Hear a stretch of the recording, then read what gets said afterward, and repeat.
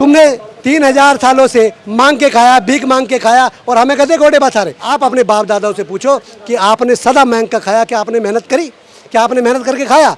सारा कुछ जो है हमारे देश के युवाओं ने और 85% लोगों ने दिया और हमने दिया। इस देश को बनाने के लिए सबसे बड़ा जो मूल निवासी हम मूल निवासियों का योगदान है, ना कि इन ब्राह्मणों का। इन्होंने तो लोगों को भ्रमित किया कि आप गिरा चाल बदल देंगे, हम 100 रुपये दो, 200 रुपये दो, हम ये। इन्होंने नंबर पाखंड किया। इन्होंने बताइए कौन सा आविष्कार किया? ये लोग तो इतने डरपोक थे, इतने कायर थे। 15% ये लोग नहीं, इनके पास में तलवार चलाने का हमने युद्ध करें, इन पर युद्ध चलाने का इतना हुनर होता तो इस देश के अंदर दुश्मन देश इस देश के अंदर से लूट के नहीं लेके जाता। ये औकात नहीं है। ये वो लोग हैं जिनके पेट में दर्द हो रहा है। इनकी इतनी हैसियत नहीं है कि ये आरक्षण को खत्म कर दें। आरक्षण बाबा साहब अम्बेडकर की देन है और ये हमारे मौलिक अधिकारों से मिला हुआ है। इनकी इतनी हैसियत नहीं है ये आरक्षण पे, और ये इस बात को भूल जाए जितने भी लोग ये आरक्षण का विरोध कर रहे हैं। मैं इनको बता दूं आपके चैनल के माध्यम से, इनकी इतनी हैसियत नहीं है, इतनी औकात नहीं है कि आरक्षण पर उंगली भी उठा सके। ये जो लोग जो है आरक्षण खत्म करने की मांग कर रहे हैं, इनके अंदर इतना खौफ बन चुका है क्योंकि अब इनके अंदर एक डर पैदा हो चुका है, क्योंकि इन्हें लगता है ये जो हमारा SC समाज जो इनके कभी गुलामी करता था अब इनके सिर पर तांडव कर रहा है। तो इनको इस बात का जलन है कि ये समाज जो है इतनी जल्दी प्रोग्रेस कर रहा है और ये बाबा साहब के संविधान से और रिजर्वेशन से इतने आगे बढ़ रहा है। तो इनके पेट में दर्द ये है कि हमारी साख खत्म ना हो जाए, क्योंकि ये चाहते यही है कि इनकी मनुवादी व्यवस्था और ये मनुस्मृति का जो संविधान है इस देश के अंदर चले और आपका रिजर्वेशन खत्म हो जाए। ये इस प्रकार की व्यवस्था को चाहते हैं, इसलिए इनके मन में एक खौफ है कि आरक्षण खत्म हो। और ये जोर शोर से जिस प्रकार से आजकल पूरे देश के अंदर आरक्षण विरोधी लोग जो है आरक्षण हटाओ शिक्षा बचाओ की बात कर रहे हैं, मैं इनको बता दूं कि आप आरक्षण को हटाने की बात कर रहे हैं, आप पहले अपना आरक्षण हटाइए। तुम्हारे बाप दादाओं ने 5000 साल से जो मंदिरों के अंदर जो आरक्षण ले रखा है, आपके अंदर जो शंकराचार्य है वो आपका है, वो हमारा नहीं है। आपने किसी को मंदिर में बैठने का अधिकार नहीं दिया, आपने धन रखने का अधिकार नहीं दिया, आपने किसी को खेत कल्याण में काम करने का अधिकार नहीं दिया। सारी सुख सुविधाएं आपके हाथ में, और हमें क्या बनाया? गुलाम।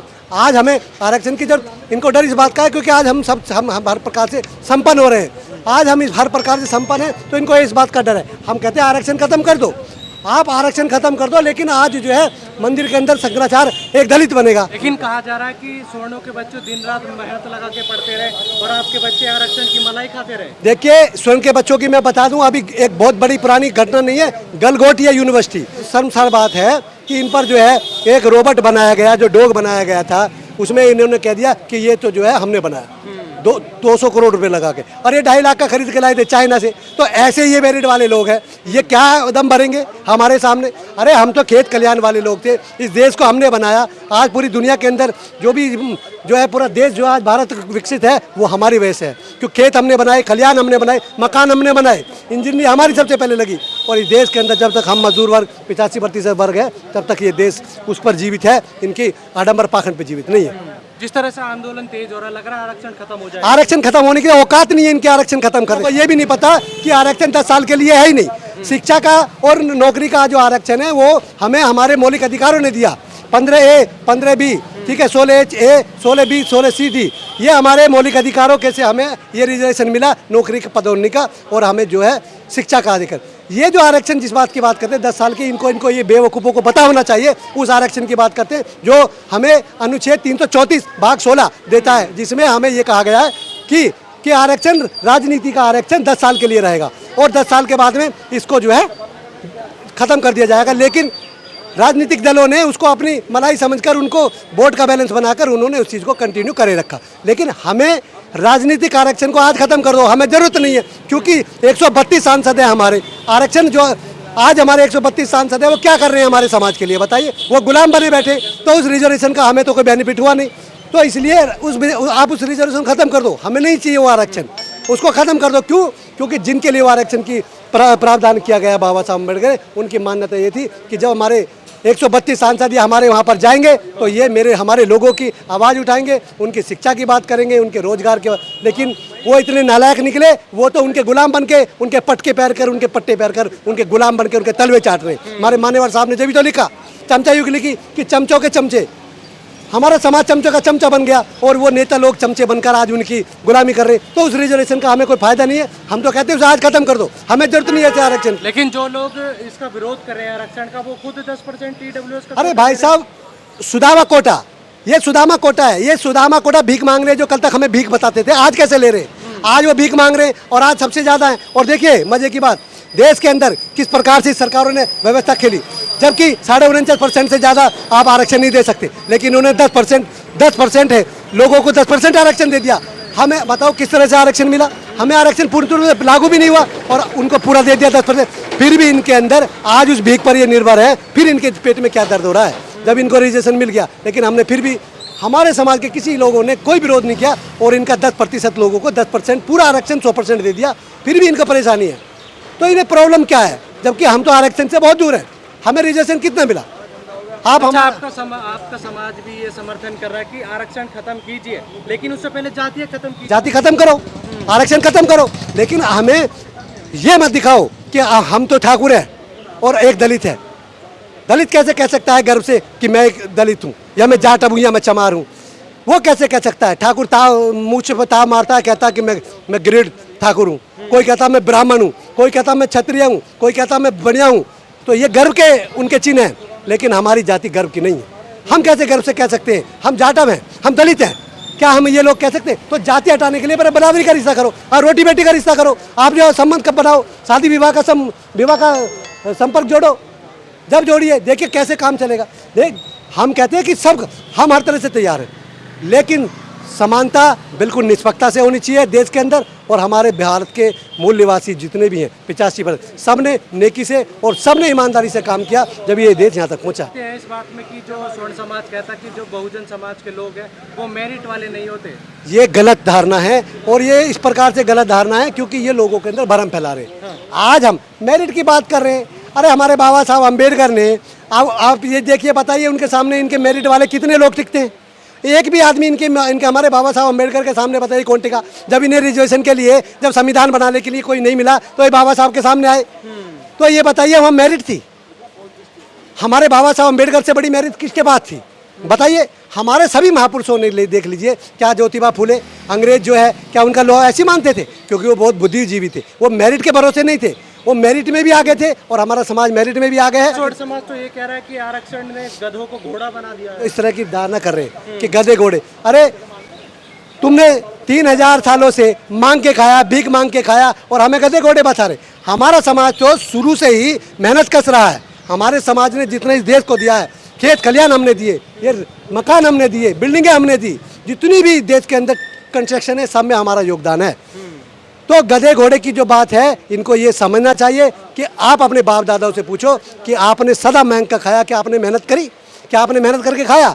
सारा कुछ जो है हमारे देश के युवाओं ने और 85% लोगों ने दिया और हमने दिया। इस देश को बनाने के लिए सबसे बड़ा जो मूल निवासी, हम मूल निवासियों का योगदान है, ना कि इन ब्राह्मणों का है। इन्होंने तो लोगों को भ्रमित किया कि आप गिरा चाल बदल देंगे, हम 100 रुपये दो, 200 रुपये दो, हम ये, इन्होंने नंबर पाखंड किया। इन्होंने बताइए कौन सा आविष्कार किया है?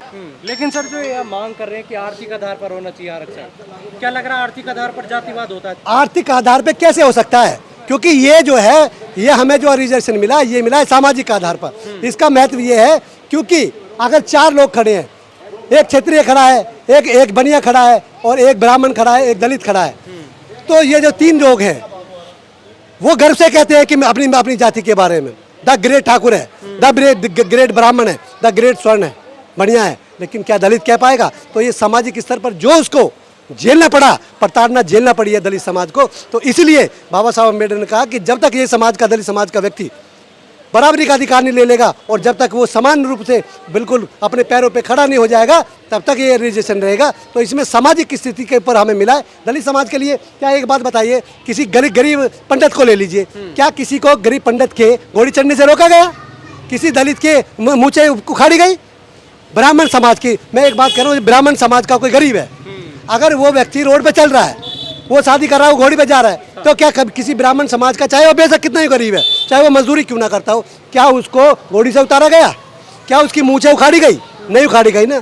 लेकिन हमारे समाज का व्यक्ति चाहे उससे संपन्न क्यों ना हो, उसको घोड़ी से भी उतारा जाता है, उसको दलित कहकर भी पुकारा जाता है। गरीब होना एक विषय अलग है, लेकिन सामाजिक स्तर पर गरीब होना, सामाजिक स्तर पर लोगों को बांटना और उसका अपमान करना, ये बड़ी बात है। तो हमारे समाज ने ये प्रताड़ना 3000 सालों से झेली है, जिसको अब इनको पेट में दर्द हो रहा है कि इनके रिलेशन से जो ये बढ़ रहे हैं, इसको खत्म करा जाए। लेकिन उनका ये भी कहना है कि देश अब तक विकसित हो जाता या आरक्षणवादी नहीं होते तो। देखिए, देश विकसित देश की विकसित की बात ऐसी है कि अगर ये कहते हैं कि आरक्षण नहीं था, आरक्षण जब ये 70 साल से आरक्षण हमें दिया बाबा साहब, उससे पहले का इतिहास था के देखिए, गुलामी, मुगलों की शासकों की गुलामी इन्होंने करी।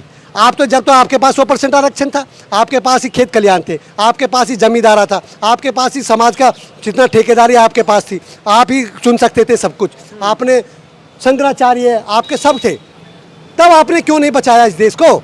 मुगलों ने आपके आक्रमण करा और आपने उनके सामने आत्मसमर्पण कर दिया। इन्होंने बताइए क्या किया? इन्होंने देश को गुलाम बनवाने का काम किया।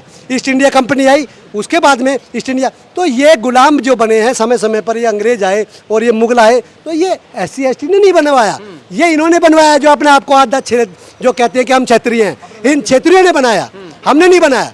तो ये तो गुलाम बन के रहे।